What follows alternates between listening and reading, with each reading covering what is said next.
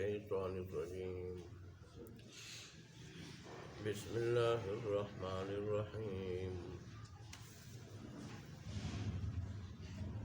سبحان الذي أسرى بعبده ليلا من المسجد الحرام إلى المسجد الأقصى الذي باركنا حوله لنريه من آياتنا إنه هو السميع البصير صدق الله مولانا العظيم وصدق رسوله النبي الأمي الكريم ونحن على ذلك لمن الشاهدين والشاكرين والحمد لله رب العالمين. یہ سورہ بنی اسرائیل ہے. اس کے اندر 111 آیتیں ہیں اور 12 رکوع ہے اور 1533 کلمات ہیں اور 6400 حروف ہیں اس کے اندر. اس کا نام بنی اسرائیل بھی ہے کہ اس میں بنی اسرائیل کے کچھ احوال ذکر ہوئے ہیں اور اس کا نام سورہ اسراء بھی ہے. اسراء کہا جاتا ہے رات کو سفر کرنا. رات کو سفر کرنا، رات کے سفر کو اسراء کہا جاتا ہے. تو اس میں چونکہ اللہ تبارک و تعالیٰ نے رسول اللہ صلی اللہ علیہ وسلم کو رات کے وقت سفر کرایا ہے اور سیر کرائی ہے مسجد حرام سے مسجد اقصیٰ تک اور وہاں سے پھر آسمانوں تک، آسمانوں سے اوپر تک، اس لیے اس کو اسراء بھی کہا ہے.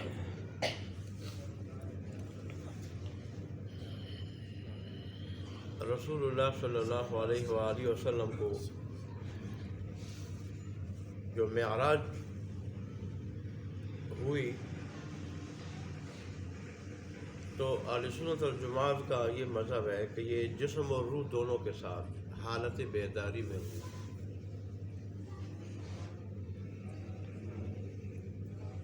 اس لیے کہ خواب کے اندر تو انسان بڑی چیزیں دیکھتا ہے، وہ کوئی تعجب کی بات نہیں ہے اور اس پہ کافروں نے تعجب کیا تھا. جیسے روایت میں آتا ہے کہ انہوں نے حضرت ابوبکر صدیق رضی اللہ عنہ کو بلایا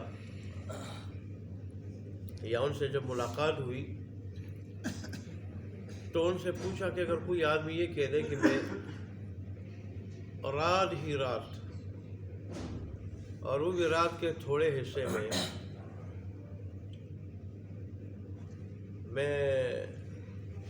مسجد حرام سے مسجد اقصیٰ گیا، وہاں انبیاء کی امامت کی، وہاں سے میں آسمانوں پہ گیا، جنت جہنم کی سیر کی، رب سے ملاقات کی،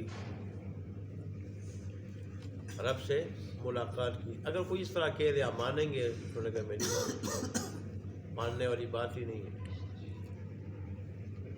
وہ جب سمجھ گیا کہ انہوں نے انکار کر دیا، انہوں نے کہا کہ آپ کا جو دوست ہے وہ کہہ رہے ہیں. انہوں نے کہا وہ کہہ رہے ہیں بالکل برحق ہے. اگر وہ کہہ رہے ہیں تو پھر کیا ہے؟ بالکل برحق ہے. ویسے ان کو صدیق نہیں کہا جاتا. ابو بکر کا معنی بھی پیر کرنے والا، یہ ابو والے کے معنی میں بھی ہوتا ہے. ابو باپ کو بھی کہتے ہیں ابو.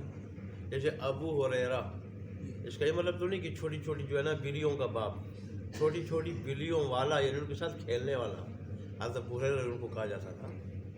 اصل نام تو ان کا عبدالرحمن ہے. پہلے عبدالشمس تھا، سورج کا بندہ. پھر رسول اللہ نے فرمایا کہ نہیں، آپ کا نام عبدالرحمن ہے، عبدالشمس نہیں. مسلمان ہونے کے بعد اپنے نام تبدیل کیا، نام تو عبدالرحمن ہے. ابو ہریرہ کیوں کہا جاتا ہے؟ ہریرہ کہتے ہیں ہیرہ کی تذکیر ہے. بلی کی جو ہے نا، بلی کے بچے کو کہا جاتا ہے، چھوٹے بچے کو. یہ بلی کے چھوٹے بڑے بچوں کے ساتھ کھیلتے تھے، اچھے لگتے تھے. تو رسول اللہ نے ایک مرتبہ پر سے گزرے، دیکھا بلی کے بچوں کے ساتھ کھیل رہے، تو رسول اللہ نے فرمایا یا ابا ہریرہ، اے بلی کے چھوٹے چھوٹے بچوں کے ساتھ کھیلنے والے. اے اللہ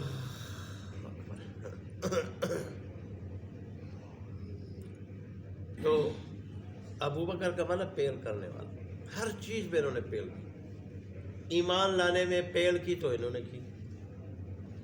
سب سے پہلے ایمان لانے والے مردوں میں سب سے پہلے. اور رسول اللہ صلی اللہ علیہ وسلم نے جب نبوت کا اعلان کیا تو انہوں نے اس پہ دلیل بھی نہیں مانگی. اور انہوں نے جو دلیل مانگی انہوں نے دلیل بھی نہیں مانگی، بس تصدیق کر دیا اللہ کے رسول ہے. میں کہا وہ کہہ رہے تو پھر بالکل برعکس. جبرائیل امین اگر آسمان سے دنیا پہ کئی مرتبہ آ سکتے ہیں، ان کو اللہ نے یہ طاقت دی ہے تو ان کا مقام تو ان سے بڑھ کر ہے. ان کو اللہ نہیں دے سکتا ہے یہ طاقت کہ یہ رات کے ایک مختصر حصے میں سارے آسمانوں کی، جنت جہنم کی، اور پھر یہاں سے مسجد اقصی کی سیر کر لیں. یہ کوئی بعید نہیں. جیسے رسول اللہ ہم خود بیان کرتے ہیں، بعض روایت میں ام ہانی کے گھر تھا تو اصل آپ تھے ام ہانی کے گھر، اور کہیں اپنے گھر کے جو الفاظ ہیں تو وہ ظاہر ہے وہ پھوپھیزاد بہن تھی تو ان کے گھر کو اپنا گھر فرمایا. اور اگر کہیں بیت اللہ کے پاس میں تھا، وہاں سے 2-3 آدمی آئے جو فرشتے تھے تو ظاہر ہے ان کا گھر بیت اللہ کے قریب تھا. آپ بیت اللہ میں عبادت کرتے ہیں تو اکثر ان کے گھر ٹھہر جاتے رہے تاکہ مجھے عبادت کرنا کیا ہو، آسان ہو. تو اصل میں ان کے گھر میں تھے. فرشتے آئے اور انہوں نے ام ہانی کے گھر کی چھت کو پھاڑا اور آپ کو لے گئے بیت اللہ کے پاس، وہاں پھر آب زمزم کے پاس. اور وہاں فرشتوں نے آپ کو اٹھایا، اسی طرح اٹھایا ہوا تھا. آپ کے سینے مبارک کو چاک کیا گیا اور دل نکالا گیا. سونے کی ایک ٹرے لائے تھے، ساتھ تش لائے تھے، اس میں دل کو رکھا گیا. آب زمزم سے دھویا گیا. آب زمزم سے دھویا گیا.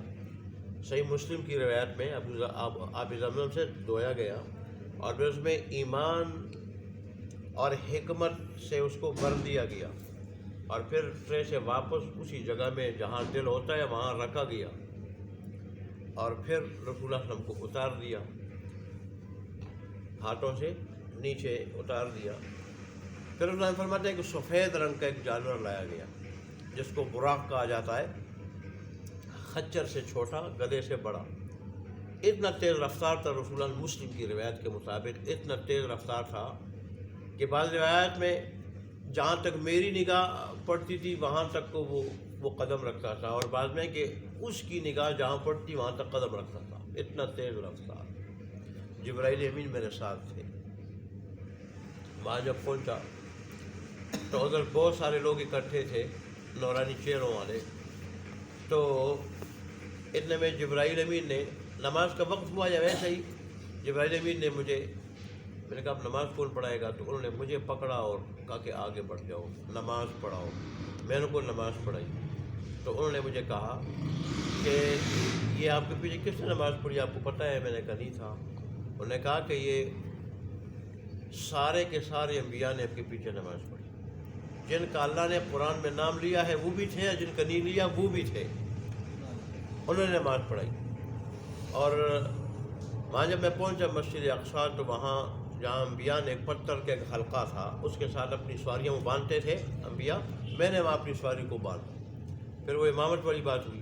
وہاں سے پھر اوپر کا سفر ہوا. جب پہلے آسمان پہ پہنچا تو وہاں جو محافظ تھا اس نے پوچھا کون؟ تو جبرائیل امین نے میرا نام لیا کہ محمد، رسول اللہ صلی اللہ علیہ وسلم بتا رہے تھے. انہوں نے کہا کہ ان کو بلایا گیا ہے؟ تو انہوں نے کہا کہ ہاں بلایا گیا. پھر انہوں نے دروازہ بھی کھولا اور مجھے مرحبا کہا، استقبال کیا. پہلے آسمان پہ میری ملاقات ہوئی آدم علیہ السلام سے. میں نے ان کو سلام کیا. جبرائیل امین نے میرا تعارف کرایا، پھر میں نے ان کو سلام کیا تو انہوں نے مرحبا کہہ کر میرے سلام کا جواب دیا اور کہا کہ خوش آمدید ہو میرے بیٹے اور نبی کے لیے، میرے بیٹے اور نبی کے لیے.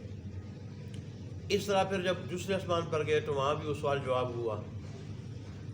تو پھر دوسرے آسمان پہ گئے، وہاں عیسیٰ علیہ السلام سے اور یحییٰ علیہ السلام سے ملاقات ہوئی. پھر اس طرح تیسرے آسمان پہ گئے، وہاں سوال و جواب ہوا. تو تیسرے آسمان پہ حضرت یوسف علیہ السلام سے ملاقات ہوئی. چوتھے آسمان پہ جب پہنچے تو وہاں بھی سوال و جواب ہوا. فرشتے نے کہا